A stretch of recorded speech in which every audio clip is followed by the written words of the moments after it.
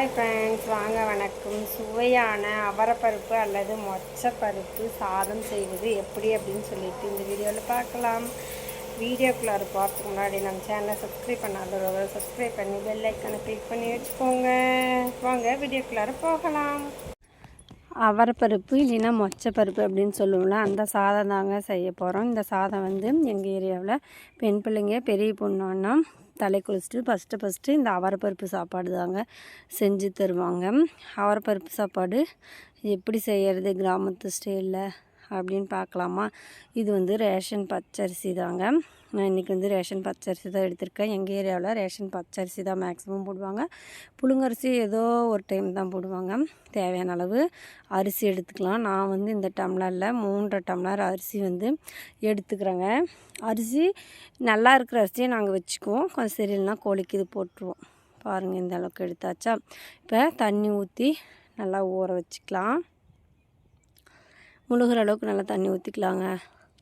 இது ஆற்று தண்ணியாக இருந்தால் அரிசி கழுவினா க்ளீனாக இருக்கும், நல்லா வெள்ளை வெளியேன்னு வரும் சாதம். பருப்பையுமே தண்ணி ஊற்றி கழுவிட்டு ஊற வச்சுக்கலாம். எந்த அளவுக்கு ஊறப்போனா உலக்காயிரம் அப்படியே ஊறட்டும் அப்படின்னு சொல்லிட்டு வச்சுருக்குறோங்க. பாருங்கள், நல்லா கழுவிட்டு 1க்கு 2 டைம் கழுவிட்டு பருப்பையும் உலக்காயிரம் ஊற வச்சுக்கலாம். இப்போ விறகடுப்பு பற்ற வச்சாச்சுங்க. மண் சட்டியில் தான் செய்ய போகிறேன். கிராமத்து மண் வாசனை மாறாத மாதிரி மண் சட்டி எடுத்துக்கிட்டோம். மண் சட்டி நல்லா காஞ்சோடனே சிக்கில் ஆட்டினா கடலக்கொட்டை விட்டுக்கலாங்க. நீங்கள் நெய்யும் கூட இது கூட விட்டுக்கலாம்.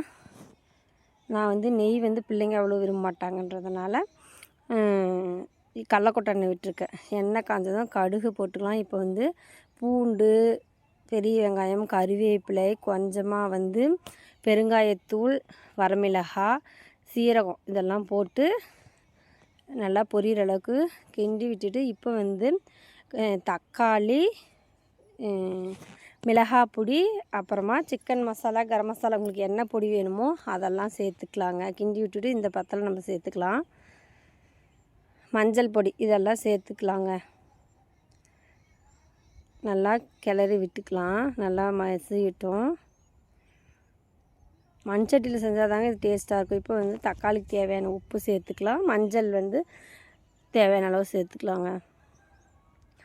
இப்போ நம்ம கழுவி வச்ச பருப்பையும் அதோட போட்டு 2 கிளறிக்கலாங்க. பாருங்கள், பருப்பெல்லாம் சேர்த்துக்கிட்டாச்சு. சேர்த்துட்டு நல்லா 2 கிளறி விட்டுக்கலாம். எனக்குமே அவரைப்பருப்பு சாப்பாடுனா ரொம்ப ஃபேவரட்டுங்க. பழைய சாப்பாட்டில் எண்ணெய் ஊற்றி சாப்பிட்டா ரொம்ப டேஸ்டியாக இருக்கும். இப்போ தேவையான அளவு தண்ணி விட்டுக்கலாம். அடுப்பு எப்படி எரியுது பாருங்கள். எனக்கே வேறு ஆச்சரியமாக போச்சுங்க. அடுப்பு எரியுது பார்த்தா அவ்வளோ ஆச்சரியமாக இருக்குது. இப்போ அரிசி கழுவி வச்சாச்சு இல்லையா, பாருங்கள் இந்த அளவுக்கு நல்லா ஊறிருக்கு. பாருங்கள், இது நல்ல அரிசியாக இருந்தால் மட்டும்தாங்க யூஸ் பண்ணுவோம். கொஞ்சம் சரியில்லைனா கோழிக்கு யூஸ் பண்ணிடுவோம். உலம் நல்லா காஞ்சதும் அரிசியெல்லாம் அப்படியே நல்லா கொட்டி விட்டுக்கலாங்க. எல்லா அரிசியுமே சுத்தமாக போட்டுக்கலாம். இப்போ நல்லா ஒரு கிளறி விட்டுக்கலாம். பாருங்கள், இந்த அளவுக்கு இருக்குது.